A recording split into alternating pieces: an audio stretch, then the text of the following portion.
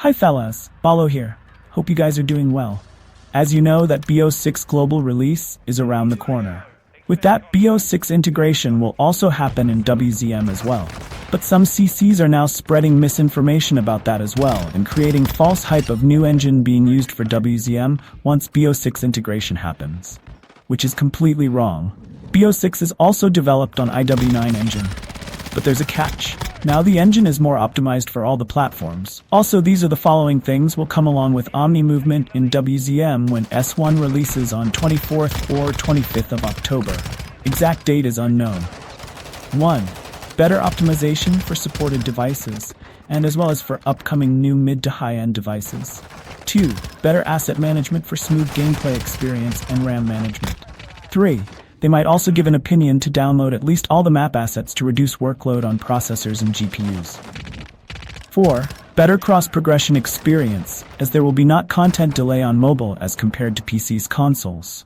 The content sync will be on point from the very first day, excluding PC's console-only events like Zombies or Campaign or MP. 5. Also, there will be new events and keeps for WZM S1. Now, one important question I will answer to you guys, i.e., what is actually the low-end device for WZM? But before that, please hit that like button. Now, many will ask why I am bringing this topic now of all time.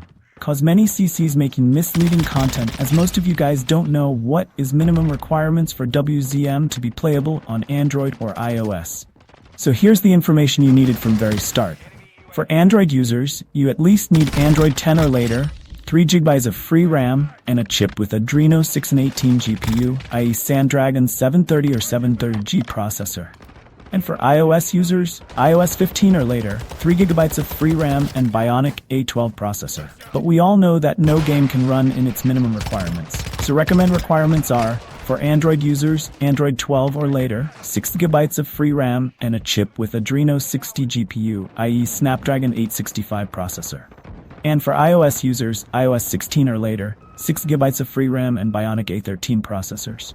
So, from the recommended specs, we can conclude that at least you need a Snapdragon 865 or better processor to run the game in 30 FPS or better in Android. For 60 plus FPS experience, you need at least Snapdragon 8 Gen 1.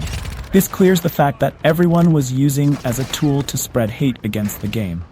This is a heavy game, and you'll require a good flagship processor to run it properly.